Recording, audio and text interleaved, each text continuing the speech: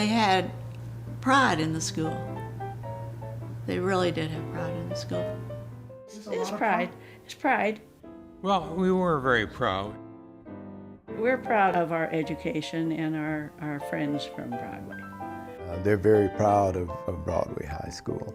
It gives me a tremendous feeling inside that I can only express one more. It's when I stood at attention in Germany in the Army and the flag was being raised up. The same feeling.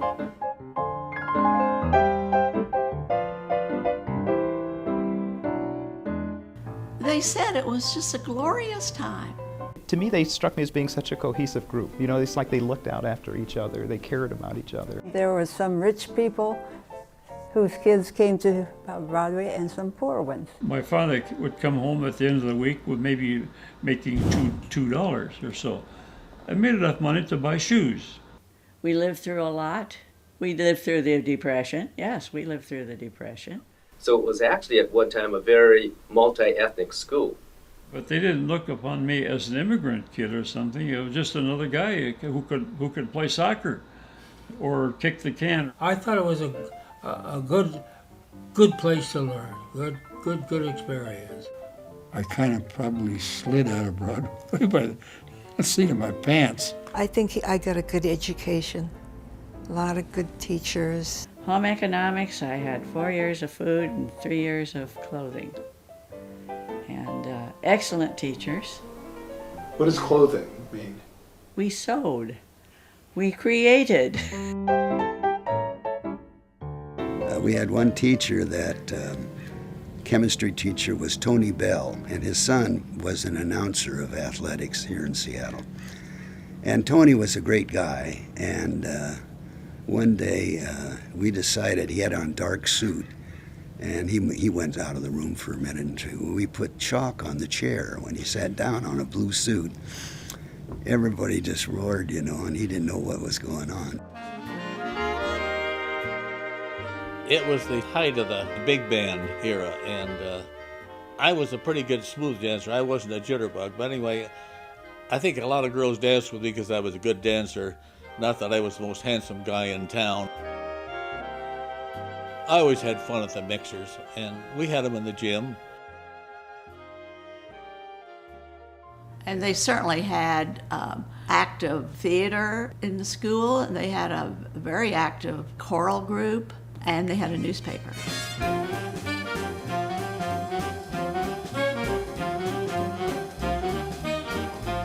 We had things like White Clothes Day. Another thing that we had to do was wear middies and navy blue skirts. There are pictures of all of us in our middies and skirts.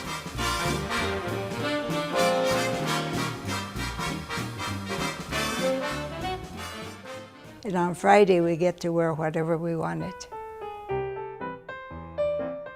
First of all, it was the first school in Seattle. It was the original high school in Seattle.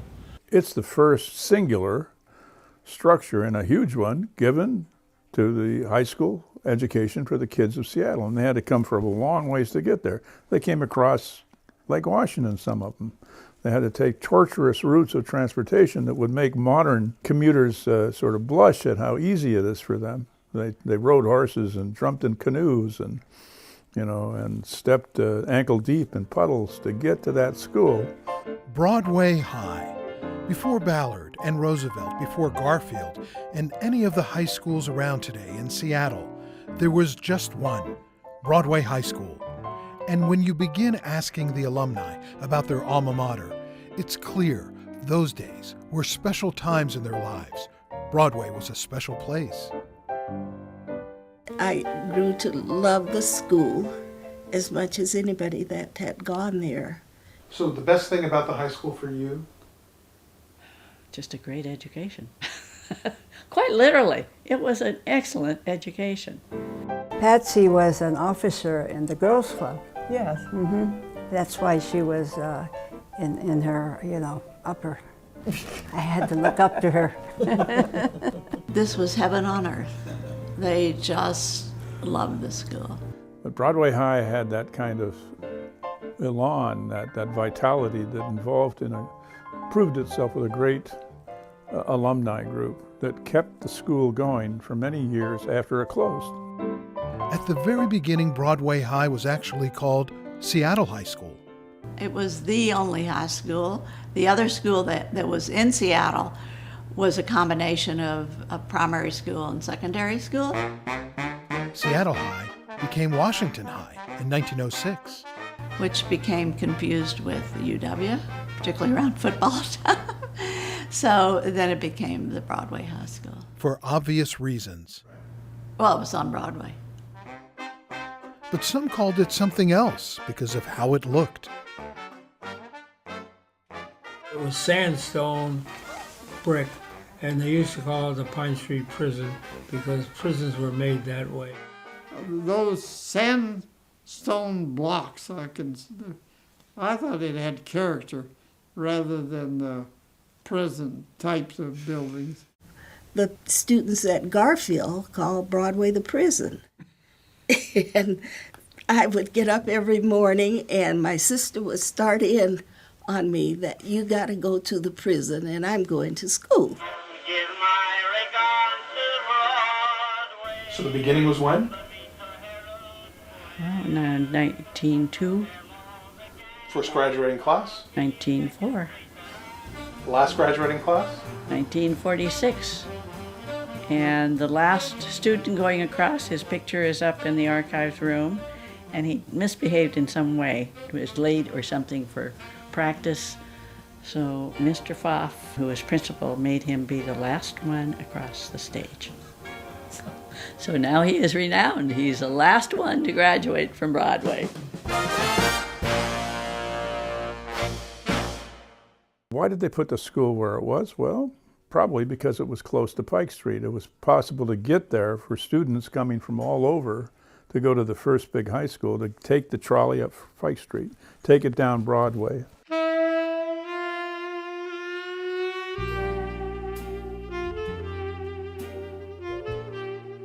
Frances Terry 46 was when I graduated. Was in that last graduating class. And when they closed Broadway, that was a big shock. It was just a matter of a couple of weeks prior to our actual graduation date, which was chiseled into stone. And the word or the news came out that Broadway was being discontinued. I cried. I think everybody cried when they closed the school. Closed for almost 7 decades now.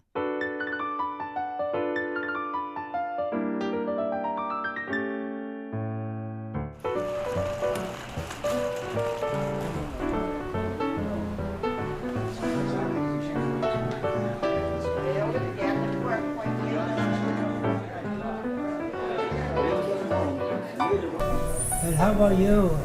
What year did you graduate? 46. 46? I was in the class of 36. For this lovely event, we're happy that you folks are here to take my picture. There aren't many alumni left. I counted the master list, 1,241.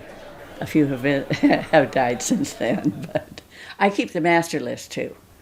And check for obituaries, and each morning is the first thing I do is check for obituaries and check people off. When was the last one you lost? I just got something through the mail yesterday.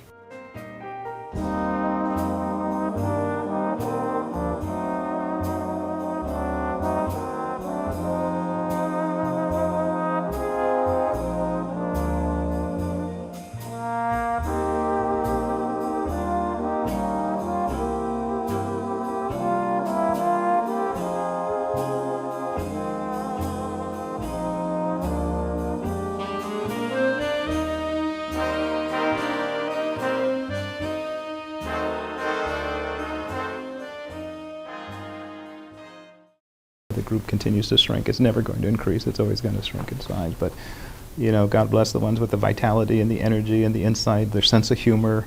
I just can't help but love them. You know? Those still with us have stayed connected. We have everybody named that's coming today. through their Broadway High reunions. They're a little older than last time I saw them, but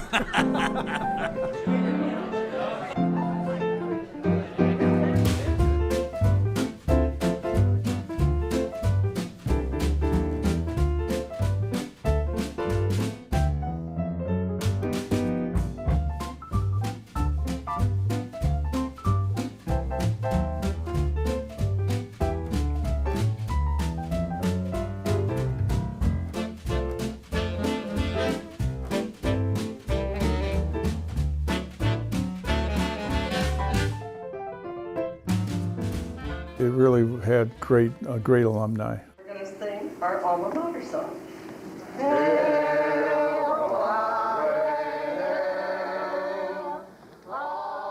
So that would be perhaps the most important quality that goes into making its heritage significant through time. And the people who went there. The people who went there. I do have a loyalty that I am amazed that people still show up. Was it fun today? Yeah, it was always fun. Nothing's more important than being here. I wouldn't go in, no matter what it was, even a wedding. I think I'd go here first, because this is what I live for. These people. Well, we've been around a long time. Dick Wood has been around longer than anybody. He's 99 now, the oldest living alumnus from Broadway High School, class of 32. There he is in the yearbook. Look at him now, thinking back to those good old days. As old Archie Bunker would say, those were the good old days. Man alive. It's tough to justify spending time on the past, except that it's really crazy not to, because it's our foundation. Having some depth of feeling for what was here before we are really makes this place, this community, resonate the better for us, and we gain from it. In many ways, life was simpler back then. We didn't have distractions. You went out and played games growing up outside. You didn't have television. You might listen to the radio. They formed friendships that were meaningful to them, and so many of them, I think, the ones that stayed in Seattle, retained those friendships. And I think it was a sense of a community. We had mixers, we had school dances, we were social, there's no question about it. Phil Flash did theater his senior year. He still enjoys performing, as you'll see. It was a love story. It was a broad brick moonlit neck tonight, if you're all right in your head. It's a Roman and the Gloman with my bunny by my side. It's a Roman and the Gloman when the sun begins to rise. Aye, but when the sun has gone to rest, that's the time that I love best. Oh, it's lovely, Roman and the Gloman. I think Broadway has to go down as probably one of the most important high schools in Seattle in its entire history of the Seattle Public Schools. And I think it has to do with, one, its location, being here right in the kind of the heart of where the Founding Fathers lived. Everybody important in the 20s from Seattle went to Broadway High School. Nobel Prize winner for economics, Dr. George Stigler, class of 27. 4 years earlier, 1923, Elmer Nordstrom graduated from Broadway. He was one of the three Nordstrom brothers who owned Nordstrom's shoe stores. Kenneth Fisher was a year behind Nordstrom, class of 24. Fisher of the Fisher Flouring Mills and Como Television. Writers and Pulitzer Prize and you name it, we've had it. Congressman from Oregon, the late Brock Adams, class of 44. Adams was president of his class, president of the Honor Society. I worked with his mother as a realtor. And it's interesting, at Weston Wheeler, it was called, and she was the mother of Brock Adams, and she was actually the most meanest, difficult person I thought I ever met. And I thought, I'm going to break that down. So every day I'd come in, I said, good morning, how are you, with enthusiasm. You know, after doing that for a while, she was the most wonderful person in the world, and she loved me, and I loved her more than anybody in the place. But I thought I was going to break her down. It had a wonderfully distinguished student body that you can still trace, especially now that we have Google. You'll find a lot of these people that graduated from the school as being very significant people in the culture of the city and even worldwide culture.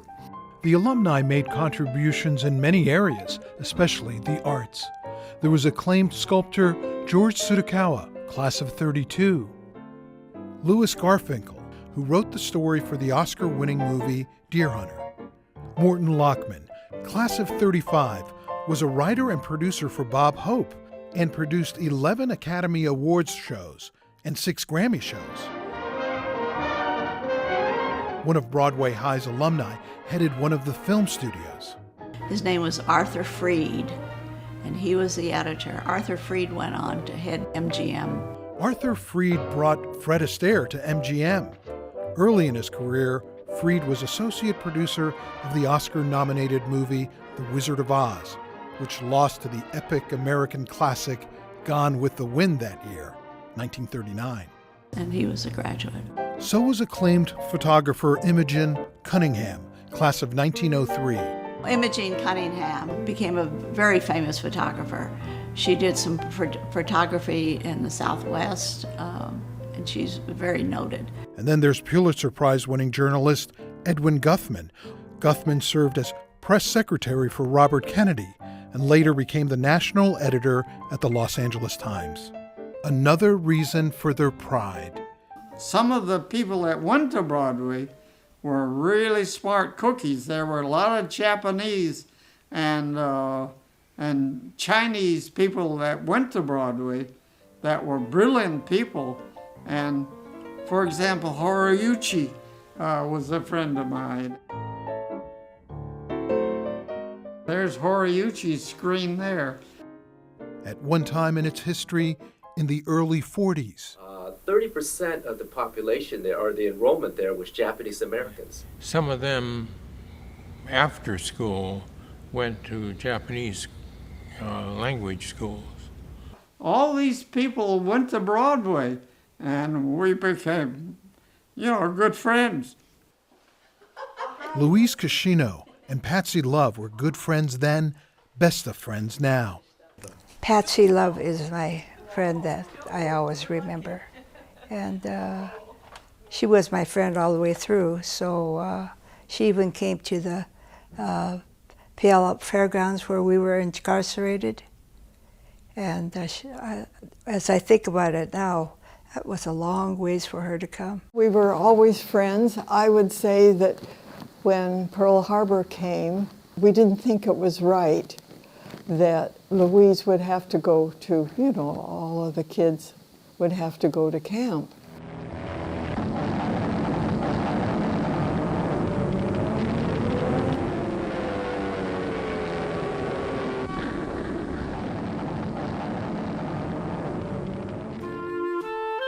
I wrote a letter to my husband-to-be. This is a letter to Hal, and I don't know if you knew him.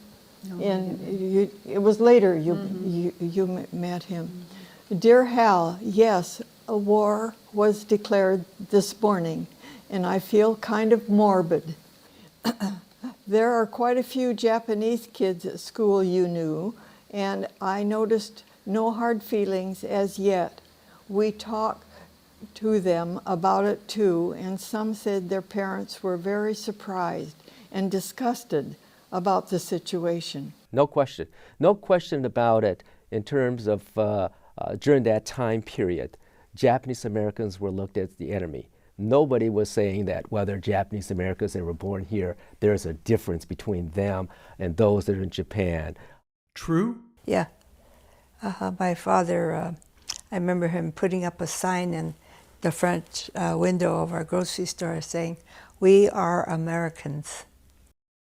One person told me that there was a mother's tea for students, and this young woman, who was a Japanese, she was one of the like top students in the class. They refused to let her mother come to the tea. And this is the sad part, because government should have been the ones that were the voice of reason. They should have been the ones protecting its citizens. Memory is vivid for me. For everyone.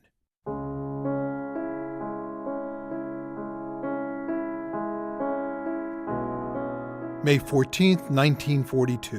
When they were shipped out to what amounts to concentration camps. They got to go. Why? That was a shock to myself, at any rate.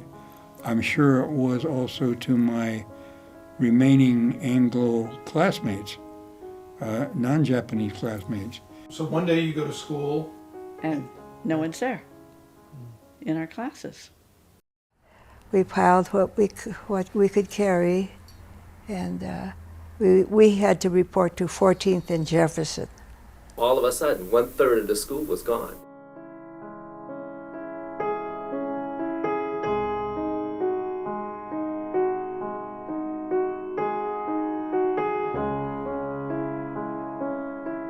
Stuart Oles remembers how he felt coming to school that day. Absolutely, and deeply resenting it. And we felt, as I still do, that it was a terrible mistake. Just outside, we're supposed to meet on that corner, on that block. and then what? The bus came and took us away, yeah.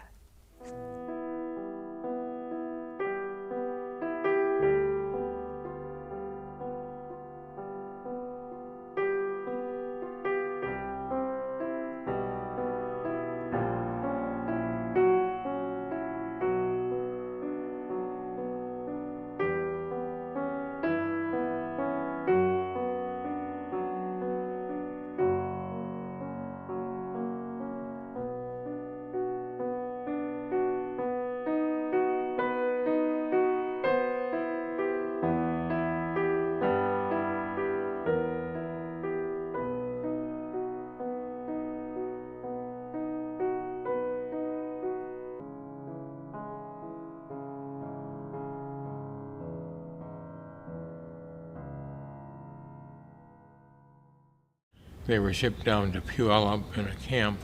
They were gone, and there were no kids in classes, and there was no choir, no Japanese choir, and part of the orchestra was gone.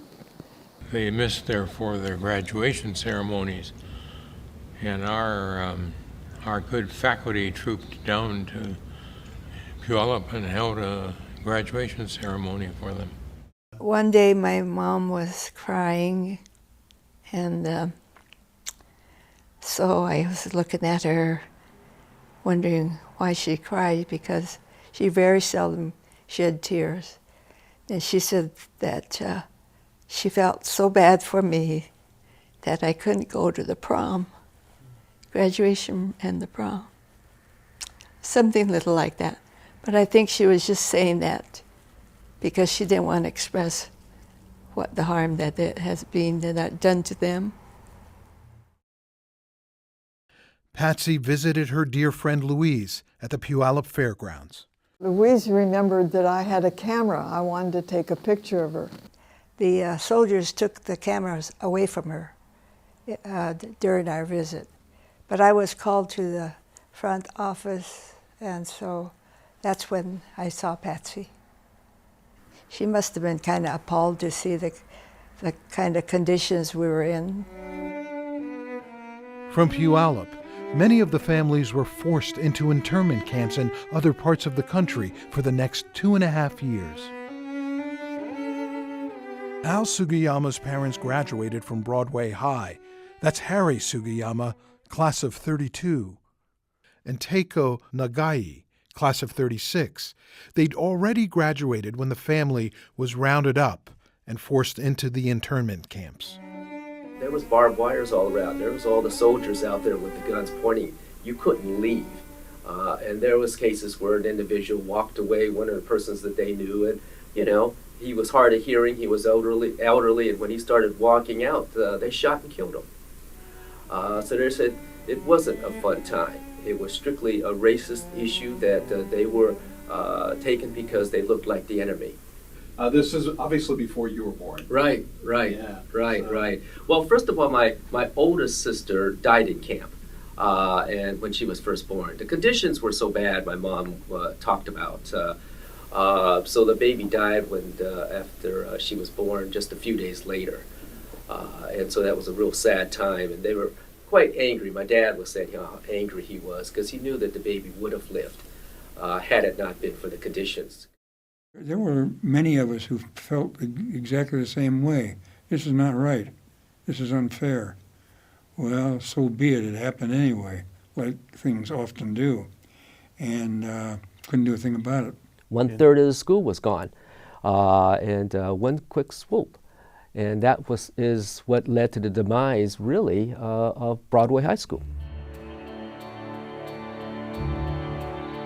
Many other students left Broadway High to enlist.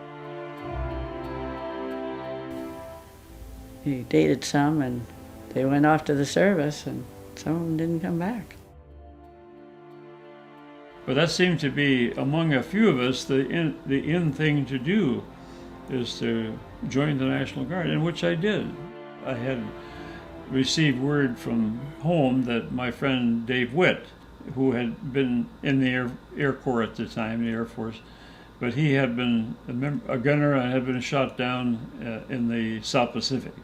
Well, that encouraged me to do this, and in a matter of weeks I was gone and on a whole new mission with the B-17. Flying an airplane, it can go 400 miles an hour. All of a sudden, we're hearing fighters in the area, and then all of a sudden, they're there. Yeah. But that has nothing to do with Broadway High School, does it? No, but that's all right. The dramatic drop in the school population led to a Seattle Public Schools decision no one at Broadway High liked. It hurt. And the school closed as a high school, in 1946. Well, I was upset over the fact that it was sort of done behind everybody's back. I mean, they gave them 1 month's notice. May, they told them, it's going to close after this graduating class. That was it. That was Seattle School District. And we were small. Joel Buxbaum had to find another high school. It would be Lincoln High for his senior year. It was a shock to us who had another year or two to go. When I heard about it, it was a tearjerker because a lot of the kids, and particularly the girls, they were so upset they were crying. And they figured that this would be a good place for all of the returning vets to come back and take more education. Edison Technical School, which already had a building down the street from Broadway High, took over the facility. It was the perfect place for veterans who came back from the war, who were too old to return to their high schools and needed a degree and a technical skill. So they wanted to have vocational studies there. Night classes were a big deal in that institution for a long time, and I think the size of the night teaching there was even greater than the size of the high school population. Hugh Russell never finished Ballard High School, so This was a way for you to get your high school equivalents? Oh, yeah. Get all that stuff done. By going to Edison? Yeah. 20 years later, Edison became Seattle Community College in 1966.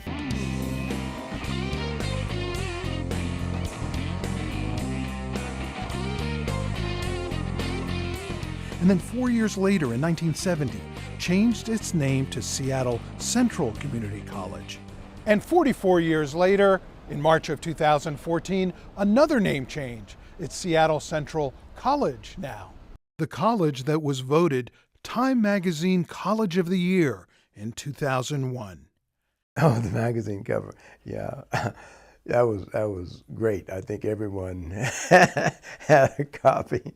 We were proud to represent our state, community colleges, the whole thing. And so, yeah, really proud of it.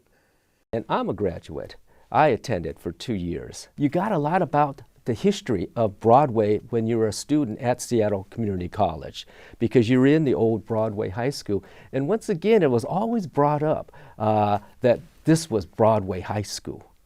And you could purely see that we were really just picking up on what they started of having the excellence at the school academically and so forth. And so what we were doing was just springboarding off of what they had started. Broadway alumni could at least walk by Broadway and Pine and say that was my high school, and say it with pride, but not for long. And then when they were going to tear it down, they were even more upset because, all right, you took it away from us, but now you're taking our building away.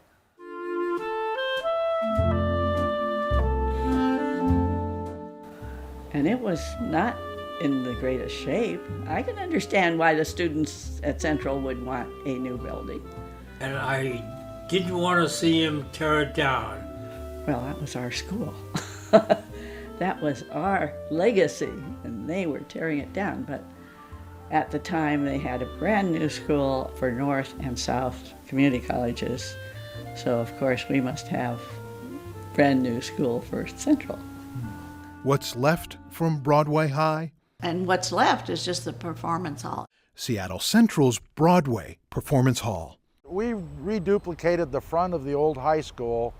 All of these sandstone were taken down off the front of the old building, saved and preserved, and then reinstalled on the front of the Broadway Performance Hall. Originally, this was a big, huge 8-shaped building. When the college tore it down, we saved this part. So the part that you're looking at used to be the study hall, the gym, and locker rooms. We're inside the performance hall now, speaking with Stuart Olds, class valedictorian in 1942. Well, this is the old Broadway High School study hall and auditorium. It's been redone for better use as an auditorium, and of course it's no longer used as a study hall.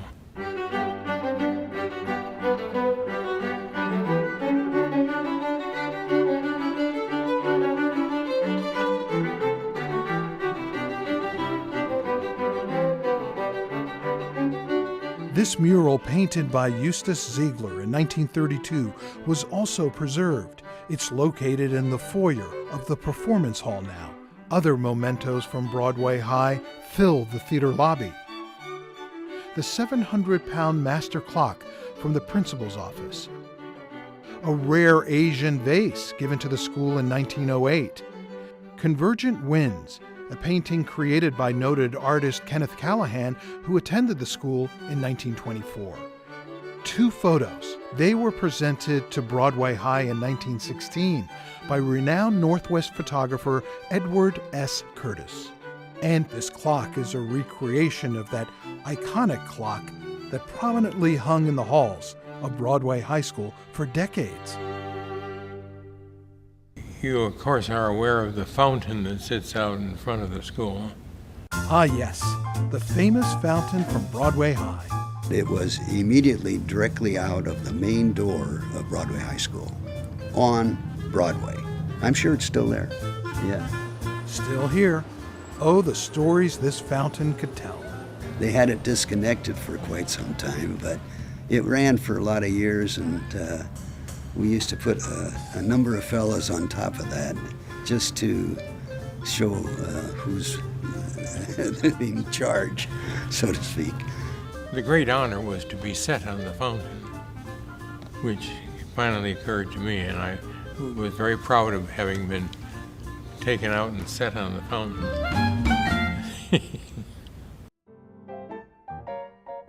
There's no building, there's no Broadway High anymore, and yet they have this feeling. You know, I think that has something to do probably with their place in history, because it's interesting, as you know, Seattle being a metropolitan city, a fairly good-sized city, but in some instances that little group kind of maintain a small town mentality about doing things, because my understanding, a lot of them weren't very rich, so they had to invent their own fun, you know, and just having the the ethnic breakground there too. You know, you had white graduates, you had black graduates, you had Asian graduates, and they commingled and they did stuff.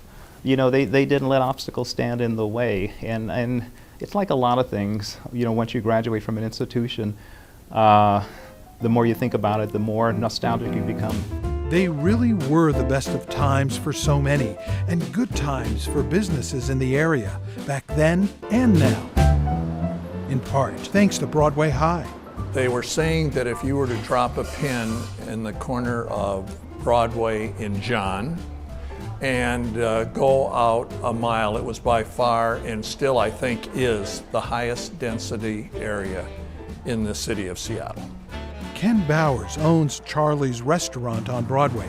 The building was built 100 years ago. It struck me that if Broadway High had never been built, you know, maybe this whole area would have been a little different. There's absolutely no question. Walk into Charlie's, you'll see that first high school in Seattle staring at you. Obviously, where we place that particular picture is kind of a focal point of our entire restaurant. When people come in the front door, they'll always ask, "Oh, where's that?" And then we start saying, "Well, it's now the Broadway Performing Arts." He says, "Oh my God, it is!" Going back all those years, there's nothing like it. Come on, you're going back to your youth and seeing old friends and what's happened with so-and-so and what are you doing now, and primarily, how's your health?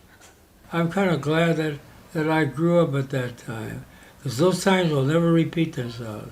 And sadly, there's something else that will never repeat. Now, this will be the last reunion. Last reunion. With everyone getting up there in years, the alumni board decided this reunion would be the last. I hate to see this end because it's been a wonderful run. How was it seeing everyone? Oh, it's nice. I'm sorry I'm going to miss it.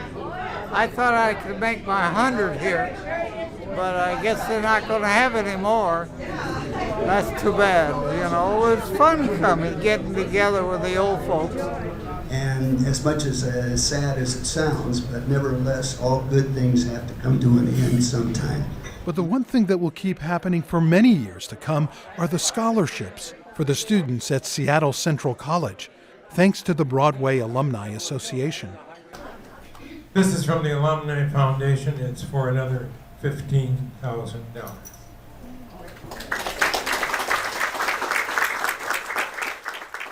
On behalf of the college, I want to thank you for this, for future generations.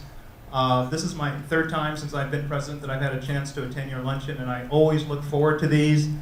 I'm just trying to think, when I talk to students, how can I tell them about the greatest generation, about what is it like to be altruistic, what is it like to think about the future, what is it like to do this kind of planning and savings that you do, to let them know that they're not immortal. But most of them are 18 or 19, and what are you going to do in the next 30 years, the next 40 years? What are you going to do to contribute to society to continue on its path of greatness? But again, as the president of Seattle Central, thank you for your gift that keeps on giving.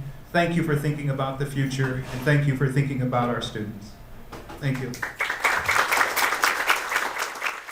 Thanks to the generosity of the Broadway Alumni Association, their legacy lives on through scholarships. They're truly transforming students' lives. Elise Hagel is a proud recipient of one of those scholarships. Elise is grateful to the Broadway High alumni, and she's making them proud.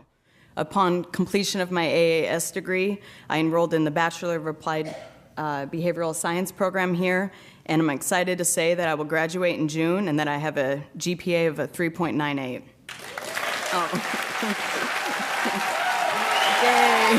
Yay! Yay, indeed. I just want to say thank you, right? I'm looking at you, yeah. But I just want to say thank you from the bottom of my heart, and also on behalf of my daughter, because she's 5 years old, and I know that I can always tell her, you can do anything it is that you ever put your mind to. People believe in us. There are resources available for us. So to be able to know that every day I go to school, it's for a reason, and somebody believes in me. I just appreciate it from the bottom of my heart. Broadway High. Broadway High. And that's their legacy, really. That is their legacy. It's a legacy of giving. It's a legacy of sharing resources. It's a legacy of living in a time in our history where people had to do without, where they had to make sacrifices, and where they had to make their own fun. Why is telling this story about Broadway High School important to you? Because we need to have the history of the area, of the times, of the importance of education. So our study of old Broadway High is essential to making, let's imagine the city as a musical instrument. If you're going to touch it, one of the strings in that is going to be Broadway High, and a very important one. It's going to resonate, and you want to hear it and you want to learn about it. It leaves a good feeling. I think that's why the alums are so loyal. It's a certain good feeling. Hail Broadway, hail. Okay. Should I clear my throat? And do I have to? Yeah. I can state the lyrics for you without the word, but tuneful, I can't hold a tune anymore. Yeah, I know they sing it, but I don't know it. Hail Broadway, hail. Alma mater, hail. We'll give our all to thee, orange and the black. From Broadway's halls sounds a call afar. In defeat or victory, it's hail, Broadway, hail. You nailed it, Joel.